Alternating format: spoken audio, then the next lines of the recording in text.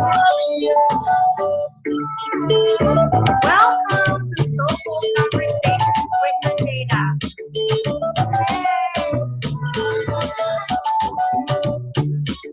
I'm Nadjejda Chapoteau. I am the host of Soulful Conversations with Nadjejda.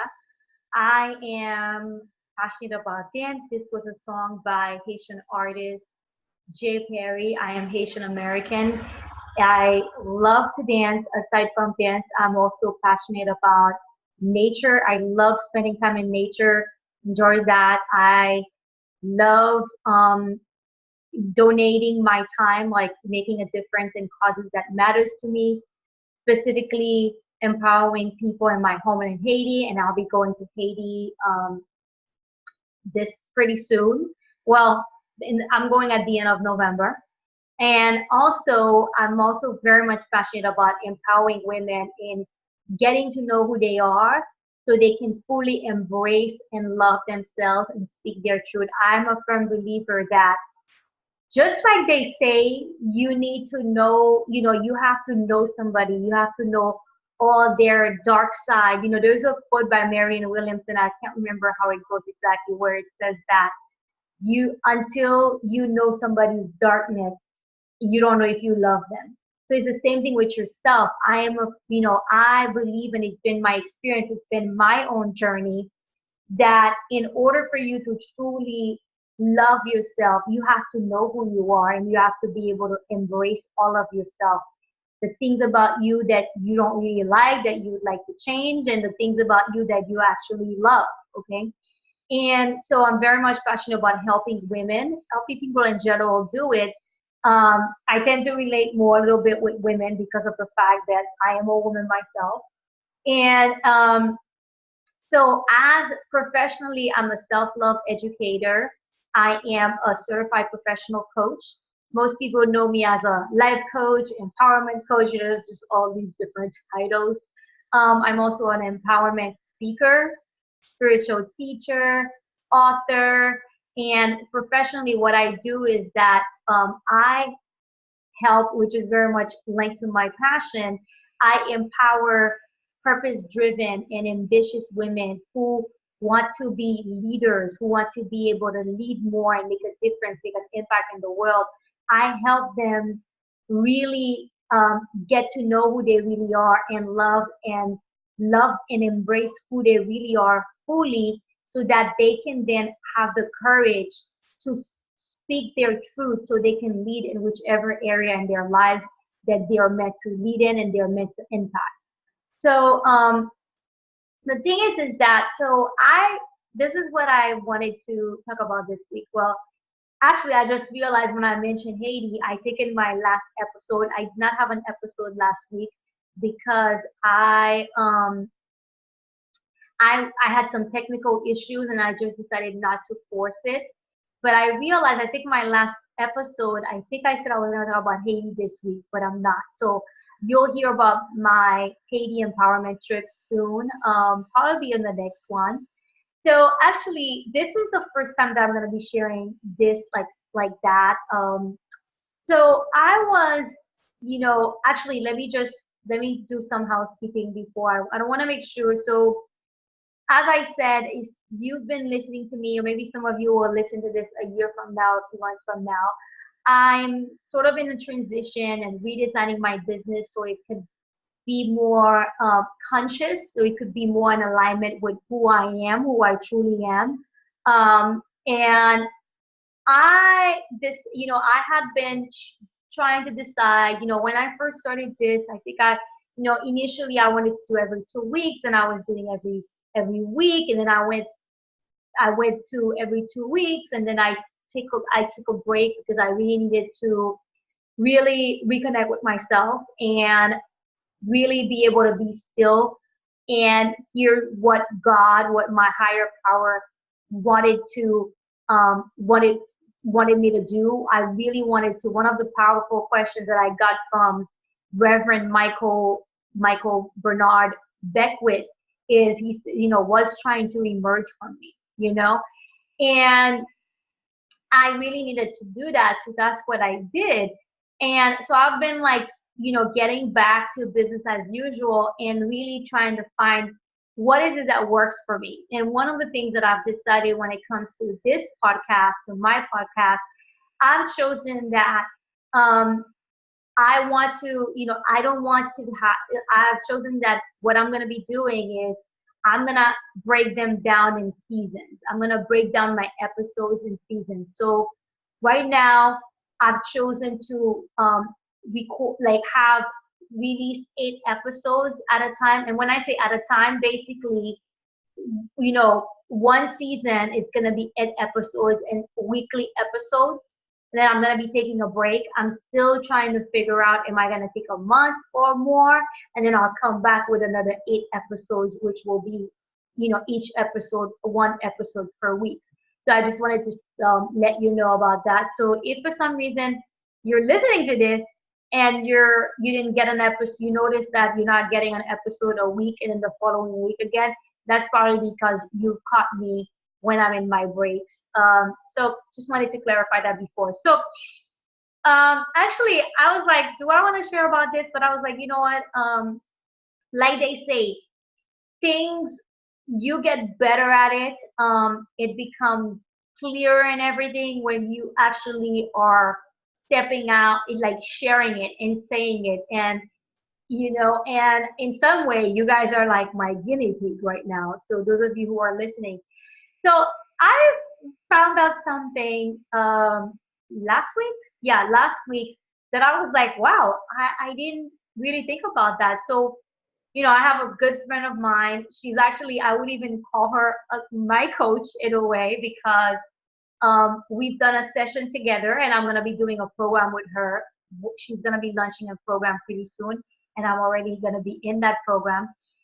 So we were talking because we're also friends, so we really talk to each other. We kind of like help each other out. We're like sounding boards for each other.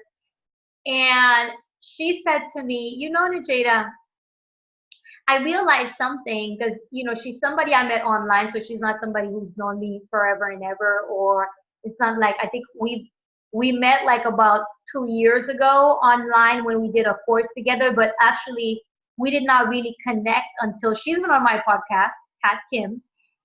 We did not really connect until I reached out to her last year about being on my podcast. So I reached out to her sometime last winter and she joined me on my podcast and she's been here twice. So either way, so Kat says, Nadjejda, I was thinking about something. I don't know your story. And I said, really? And then I was thinking, well, you know what? Kat hasn't known me, I was like, she hasn't known me that long. Maybe she hasn't seen all my social media posts because, I'm in Miami, she's in Seattle, although she knows a lot of things about me that even other people don't. But I was like, really? Okay. I was like, maybe is it that she's missed, maybe, and could it be because of the length of time? But even then, I realized that, okay, but I know her story. I mean, I don't know a lot. Obviously, I've gotten a lot more from her when she, when we started talking regularly, and really like connecting with each other a lot more. But I know, like, so, like her story. And I realized, okay, it doesn't seem like I've put out there a story like that. So as I was thinking about it, I was like, you know what? Looks like she's right. And then I reached out to someone else that is online, and actually, I think she was on my email list, or she is. I can't remember. And I told her, hey, do you know my story? Do you feel like you know my story? And I told her, be straight with me. Like, I really want you to be honest with me. And she said, no, I have to be honest. Like, me, I'm honest. I don't know your story. I know you're passionate about Haiti. I know you were in DC. That wasn't your thing working there. I knew that she was like, I know you're a Zumba instructor. You used to teach, she actually used the word Zumba coach. So I used to teach Zumba. Everybody knows that because I'm always dancing. I post videos of me dancing, whether I'm home doing a dance party or if I'm leading a class. I'm leading, the class in a song that I don't teach regularly anymore. But yeah, I post videos of me leading to a song, so everybody knows that about me. I think most people do. And then that's when it was like, I was like, oh my God, like people don't know my story. And what I realized was that I've given bits and pieces of them and different like things, different like, and I thought about because one of the things that I've been really owning is self-love. Like for me, and that's why now I call myself a self-love educator because self-love has been huge in my journey. And for me, everything that I've put, every time I speak my truth and I choose to be my authentic self and I'm like sharing who I am and I'm dancing, like for me, that is all a way of loving myself. But what I realize is that because sometimes, people think that, because there's so many types of self-love or so many people doing self-love that, it's about loving yourself exactly as you are, like your body, if you're trying to lose weight, but loving yourself with the fat, whatever it is for you, but there's just and for me, my self-love, the one that I practice, which has that as well, but it's a lot more than just what a lot of people are doing. And when I say a lot more, it's different. I don't want to say that I'm like doing like better or something. So either way, so so I thought, okay, you know what? So I'm gonna share my story, and I have to say that I'm still really I've been putting the pieces together, and I what I'm noticing is that, and this is why I was like, you know what, this is what I'm going to talk about, this is what I want to share with my listeners, with my audience, with the people who are going to be watching this video this week or next year, whatever. I'm not going to try to like wait until this is like all perfect. So I'm Haitian American. I was born in Boston, Massachusetts, from Haitian parents. Well, my mom is American. My mom is Haitian American, like Haitian naturalized. But I was born in the States. And when I was about 2.5 years old, my dad wanted to go back home. He was tired of after they got married, they went to France because my dad is an engineer. I think he had some type of scholarship or some internship, something like that there. So um, they went there, which is where my eldest brother was born. Then they went to Zaire, which is now called Democratic Republic of Congo in Africa. At the time, they over there. They were looking for French-speaking teachers. So my dad got a teaching position and went there. That's where they had my other brother, who's the one right before me. And not sure how, actually, I never thought about asking them. They then got their residency and moved to the States. And that's where my sister and I were born. So at some point, my dad, they were like, I know their home was burned. Like it was, I don't know if it was, I don't think it was all the way down, but there was arson there, and apparently it had to do with race. It was a racism act. It was an act of racism, and they got tired. I think there were some issues. I don't know if my dad was. I think it was something. I remember there were like lack of jobs. So they wanted to. My dad decided he wanted to go back, so they went back to Haiti. So either way, talking about me. So I grew up in Haiti, where if I look at my story and to who I am right now, is um, I've always been, I guess, what you would say, the good girl, um, doing what I was taught to do. Um, don't talk back. Don't disappoint people. Like very much every time I did realize that whenever I would like, in some way I was expected to be a good student, to be a good girl, to be a um, the good daughter. And each time I would like really try to step and be my own person and do the things I love. And for me, one of the ones that really stands out for me is my love of dancing. Yes, I did go to dance class. And actually, I was thinking, I think at some point, when you're a child, you don't know what you want. I think we said we didn't want to go anymore, my sister and I, and then we started taking the piano. So either way, which we ended up stopping because of some political issues. It wasn't easy to get to because it wasn't close to home. But basically, for me, one of the ways that I noticed that in some way I was suppressed, and when I say suppressed, like teased, I was teased for my height because I'm short. I was teased for my weight because I used to be very skinny. And these things, they affected me, I have to say. Like it made me like feel not good enough, made me feel like I wasn't worthy or I didn't belong. And one of the things is that I remember I loved to dance and spin around in my room when I was alone.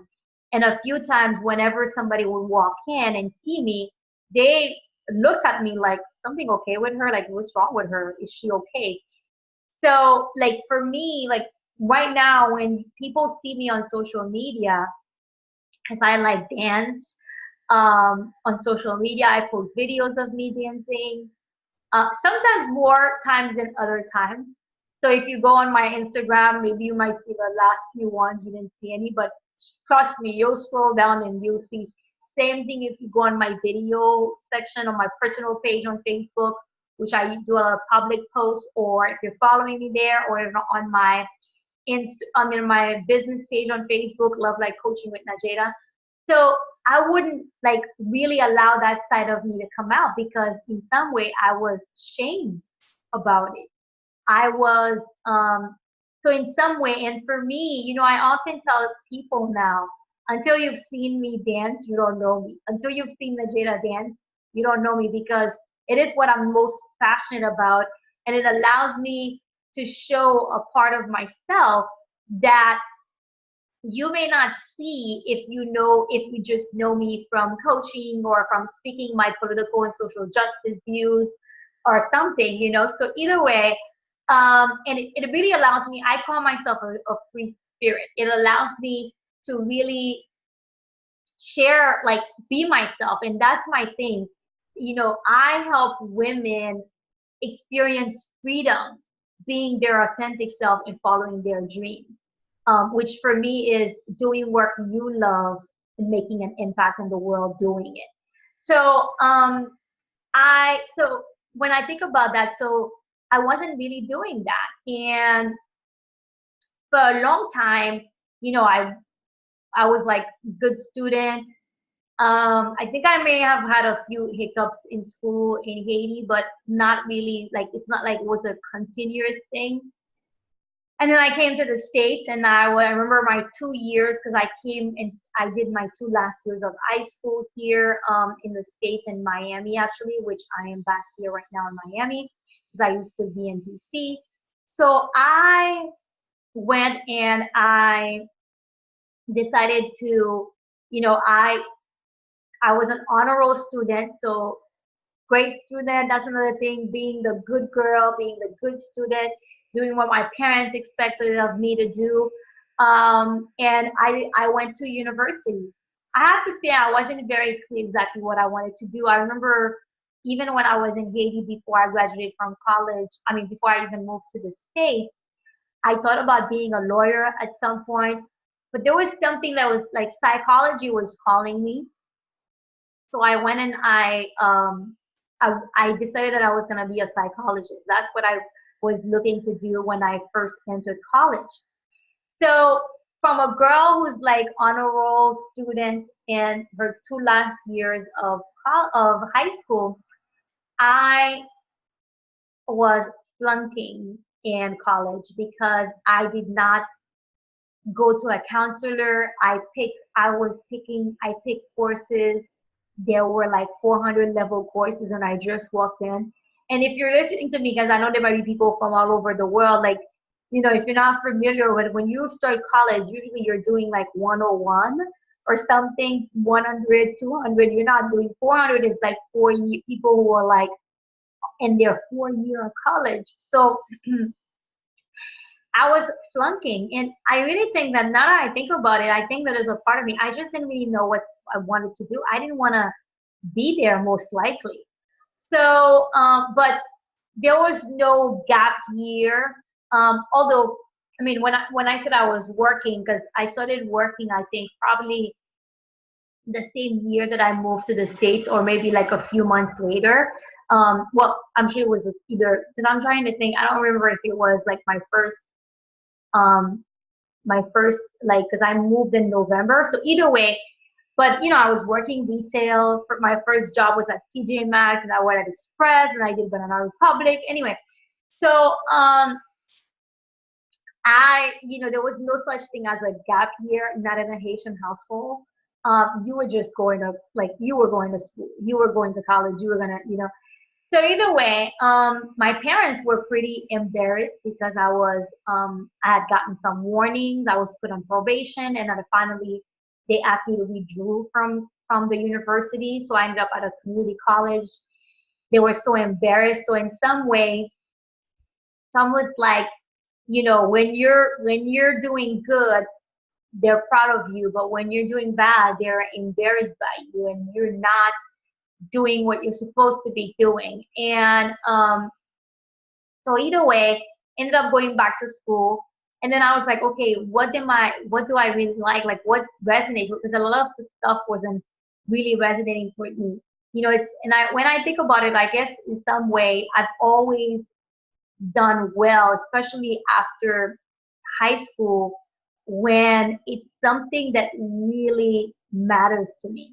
And because I grew up in a home where politics was talked about. My mom was an activist, um, strong views. My mom was all about women's rights and really a political activist as well, a social justice activist. So for me, these are things that I grew up around.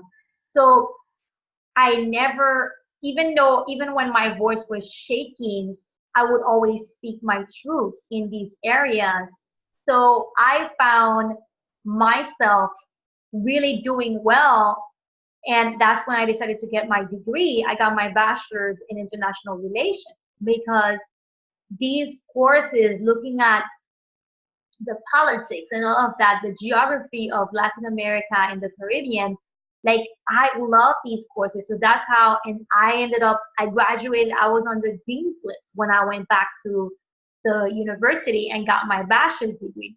So either way, so pretty much, and then I was like, okay, at some point I was like, I'm gonna go for my master's, and of course my parents were happy about it. When I think about it, right now, the life that I'm living, and that's one of the things I shared with a friend the other day, is that that's not the life they would have wanted for me. And I think sometimes they disapprove of the life I'm living.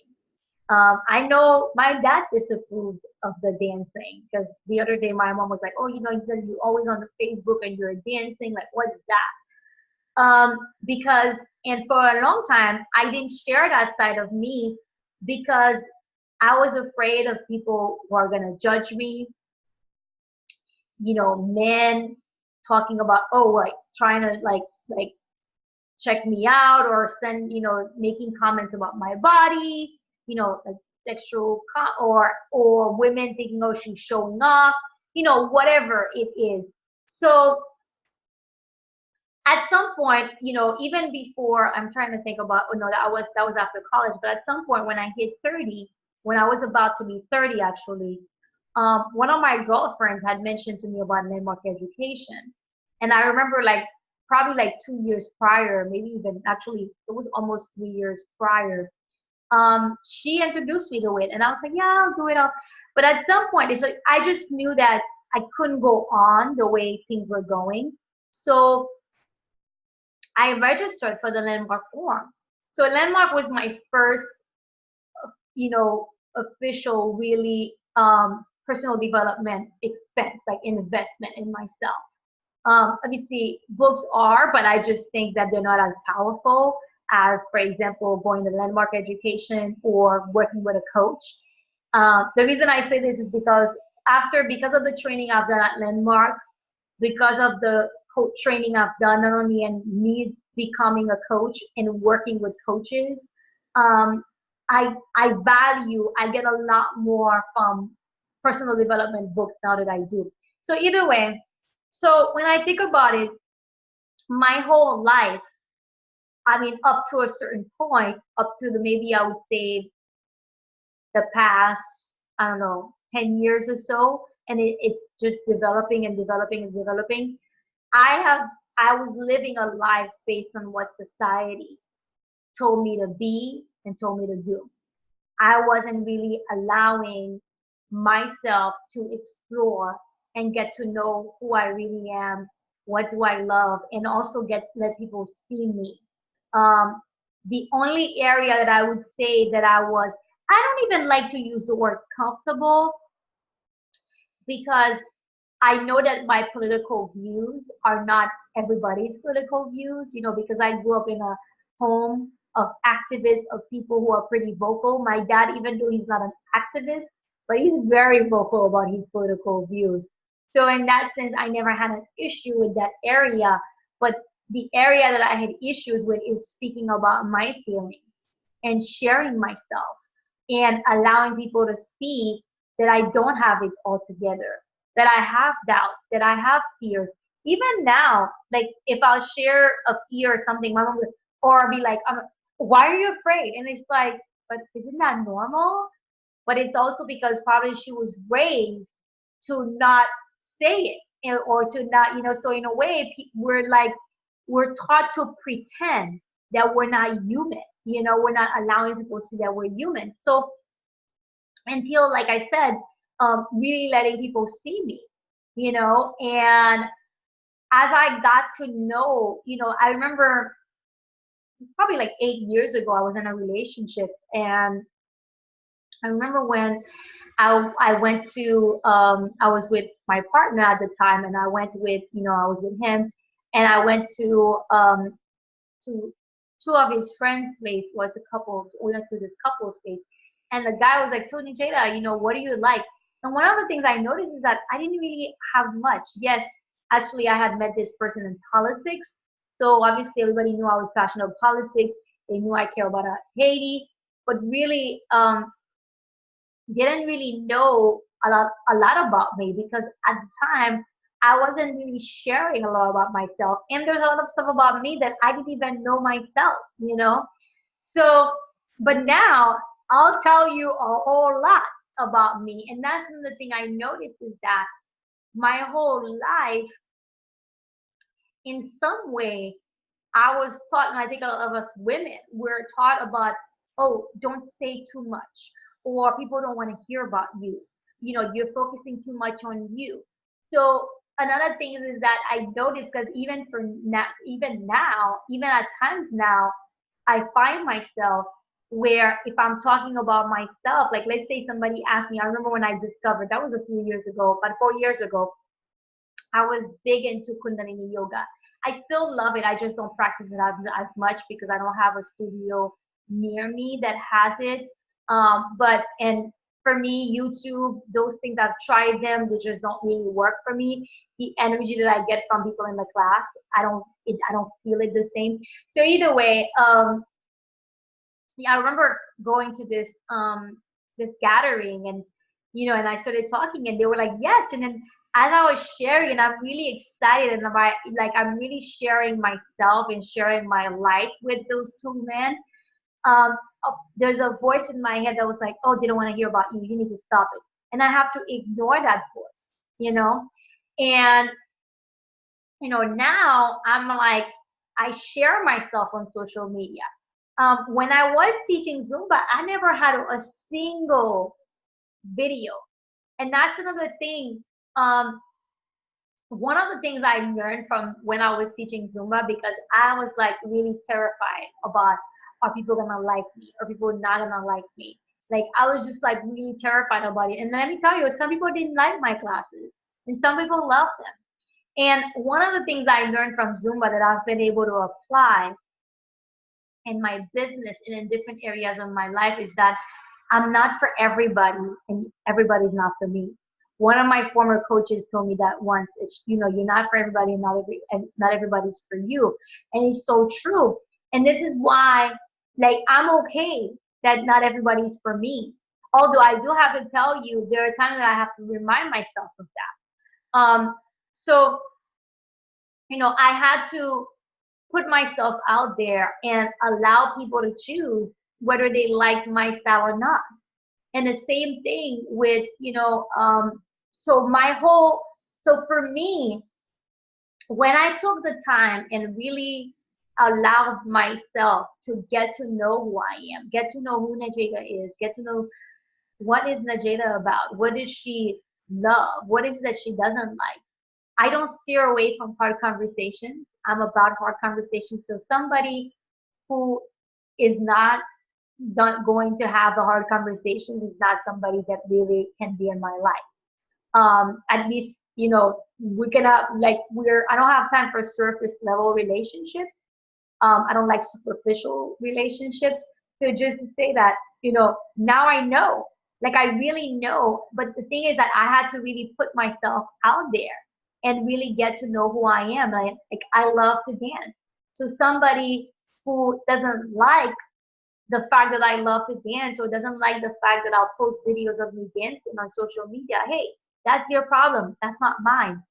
So the thing is, and I want to share this because it's something that I realize that I'm still developing because that's another thing.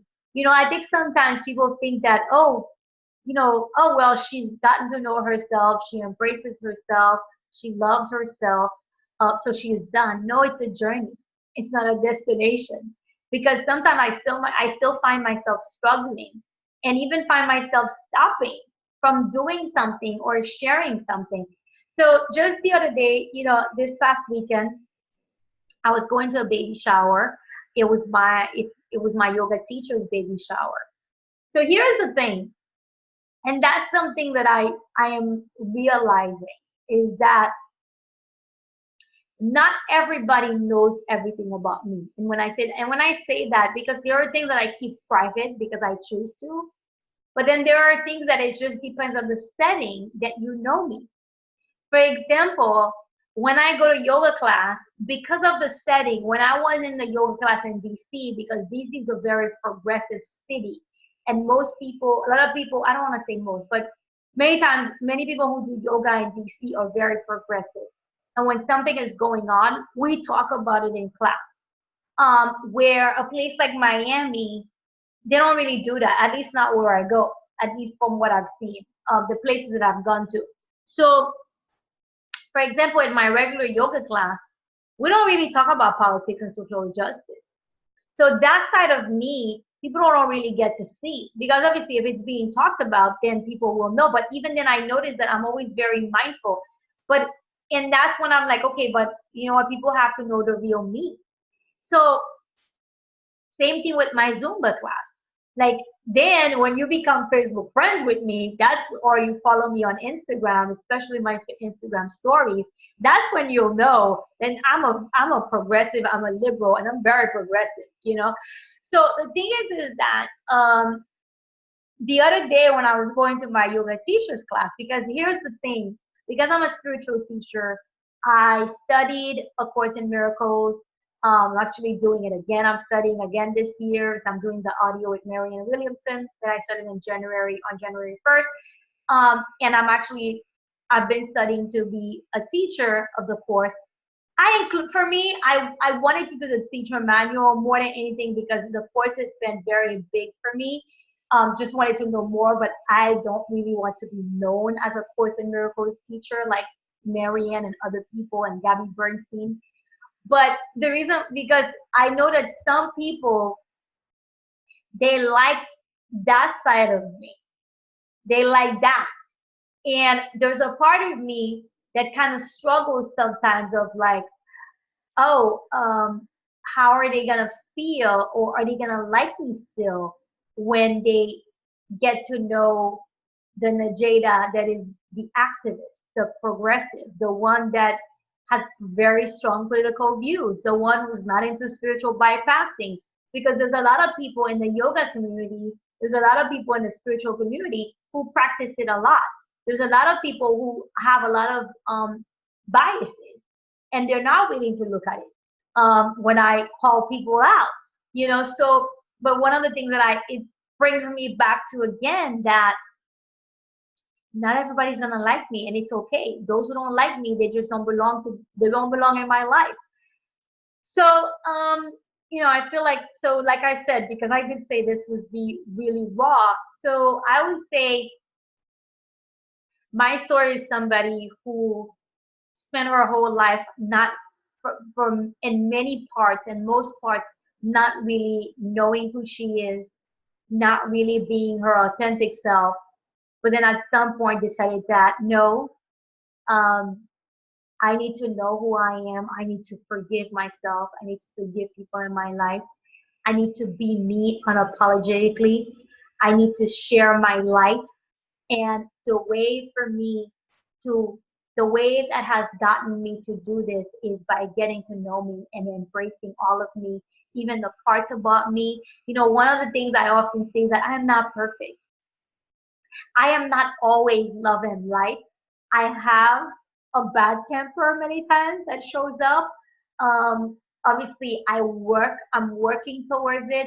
I'm working on what I know when it's happening. Sometimes I stop it before it even starts. Sometimes I stop it in the middle, and sometimes I don't. Obviously, I make amends. And I've gotten to a point in my life where even if um, it's scary, I find the courage to be myself. And I experience freedom speaking my truth. I experience freedom being myself, whether it is I'm dancing, whether it is I'm like sharing my political views, whether it is I'm sharing myself on the beach, jumping in my bikini, um, sharing a picture of me, on the beach.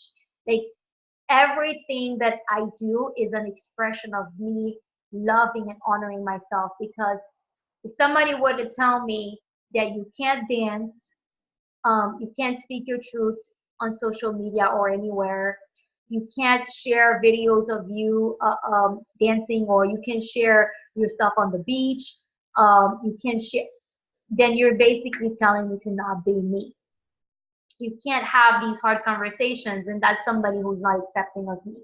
And you know, the other day when Colin Kaepernick came out with the ad, with the Nike ad that said, shoot, I forgot. Basically, I guess I needed to look up the quote. You know what? Actually, because I'm very comfortable in this setting, I'm actually gonna get on my Instagram now and look it up with you guys. I'm all about being my authentic self. So here's the quote: says, "Believe in something, even if it means sacrificing everything." And I have to say, for me, where I'm at in my journey, and I'm not, and that doesn't mean that come, next year or in 10 years, that's not gonna matter to me, because it's still going to matter to me.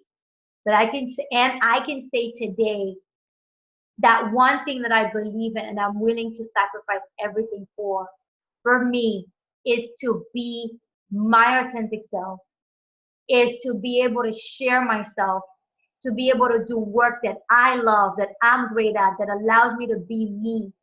I am willing to sacrifice everything for that. And I am on a mission to empower as many people as possible to experience that freedom, that self-love that is all about honoring yourself, loving yourself, being who you are, and doing work that lights you up, fulfilling your dreams and making an impact in the world doing that.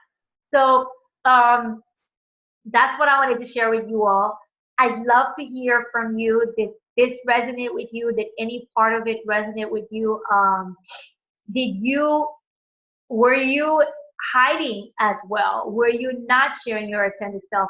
where you're living your life based on what society, based on what your parents told you to do. I have to tell you, um, many people thought that when I was going to DC that I was going to work with the Obama administration. I was going to look forward to work with them.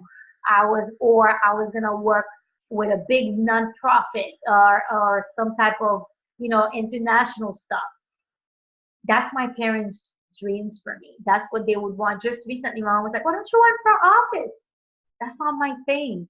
I'm not going to say that I will never do it because I've come to realize never say never. It's just that politics, as much as I have strong political views and I donate my times many times to political campaigns, but I'm not always wanting to be in the mood for politics. I'm not always wanting to volunteer my time. And that's one thing I have to tell you. That's one of the things that I've realized is about being my authentic self and being able to be with my groups of liberal friends and share my time, give my time to a campaign, but also be like, no, this is not for me, or I don't want to support this person, or that's just not what I want to do right now. Standing on my own.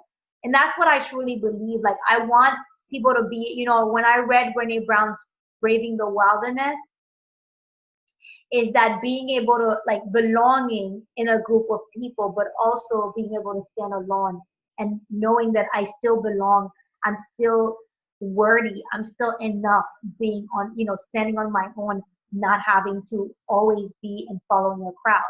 So I did want to share this before I go because that's what I was sharing and then I jump into this. Um, like I said, some people have looked at me. I moved to DC, which is where really I got to know more of myself a few years ago, a little bit over 8 years ago. So right now, around this time, 8 years ago, I was in DC. I spent almost 5 years there.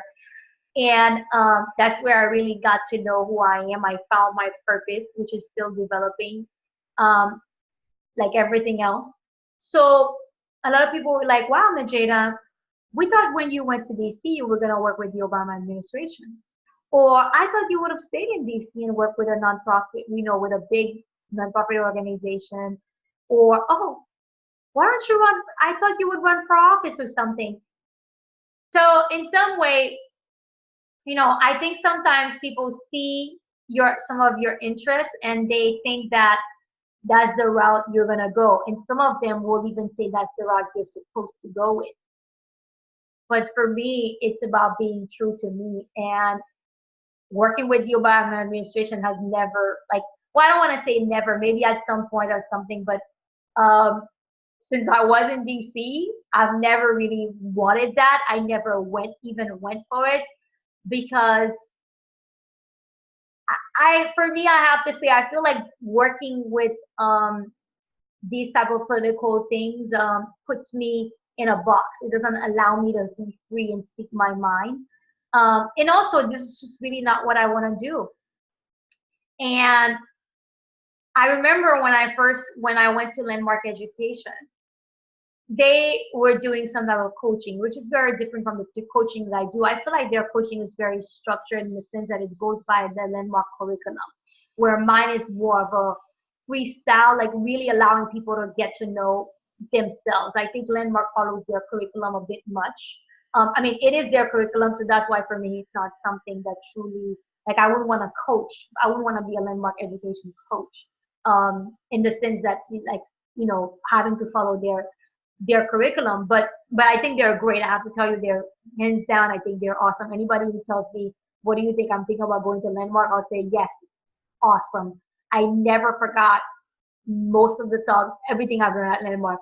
So either way, I remember when I would see some of these seminar leaders and Landmark Forum leaders and, advanced course leaders and self-expression leadership, whenever I would see them, I'd be like, I would remember before I even knew about that type of the personal development world like this, I was like, wow, I want to do this. Seems like something I want to do, but I didn't know I didn't even know about coaching then. So just to say to you that there's something, if you're kind of like in a transition or you're feeling like you don't really know where you belong, you don't really know what you want to do, trust that gut feeling and just keep asking for guidance and explore, get curious, like really explore it.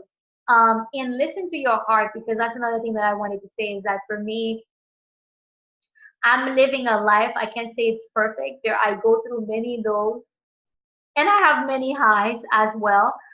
It's just I'm living a life that I'm doing my best. I'm working. I'm still working my way to living a life that is true to me.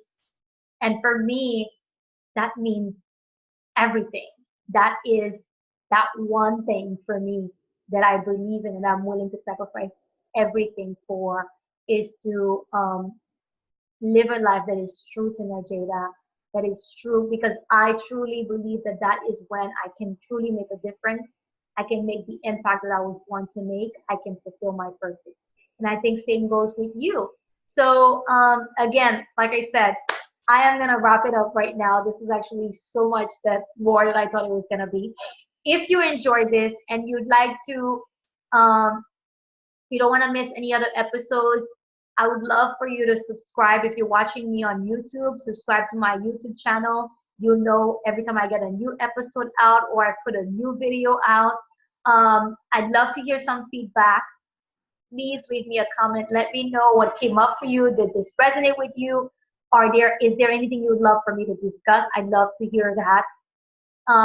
Same thing if you're listening to me on Apple Podcasts, on iTunes, which used to be iTunes. I'd love for you to subscribe. Um, Leave me a feedback. I'd love for you to hear me a review. Actually, I'm asking you, leave me a review. Actually, I would love more people to know about this podcast. And I've been told that people know more about it when you rate the podcast, rate the podcast, leave a review, leave me a feedback. And if you want to find out more about me, visit my website, which is www.lovelightcoaching.com. Visit my website. You'll get to know more about me. You see more of my stuff. And also, if you are watching me on my website, or even if you're not, if you get on my website and you want to get more from me, you can subscribe. Or let's say you're on my website, you want to know more about these episodes, subscribe to my email list, which you'll see a box below where you can subscribe to my email list. I basically what you can expect from me is a weekly video, a weekly podcast episode when I'm in my season where it's 8 episodes, and I do a monthly newsletter because I've made some changes. I do a monthly newsletter where I share an inspiration and some of the stuff that's going on with me, and you might get additional emails here and there where if there's something I want to share in the moment or if I have an event or something coming up, but this is not something that's happening every week or every other week. So really, when my podcast is in the season that is on, you'll be hearing from me every week with a new episode. So, and again, same thing when you're watching with me on my website, leave me a comment. Let me know, did this resonate with you? What came up for you? Were you able to relate from it? And give me some feedback. I'd love to hear from you. So either way, I am going to go. So really today, I wanted to share more of myself, more of my story. I hope you are able to get to know. But like I said, you guys were my guinea pig because I was like, I'm not going to make, because, the clarity comes from taking action. So for me, I was like, you know what? I'm going to get it more concise and perfect, which really, I don't believe there's a perfection thing by really sharing it. And I thought, you know what better way to share myself with my audience, with my email subscribers than to let them know more into my world and into who I am. So that's what I wanted to share. Until next time, sending you all love and light. Take care.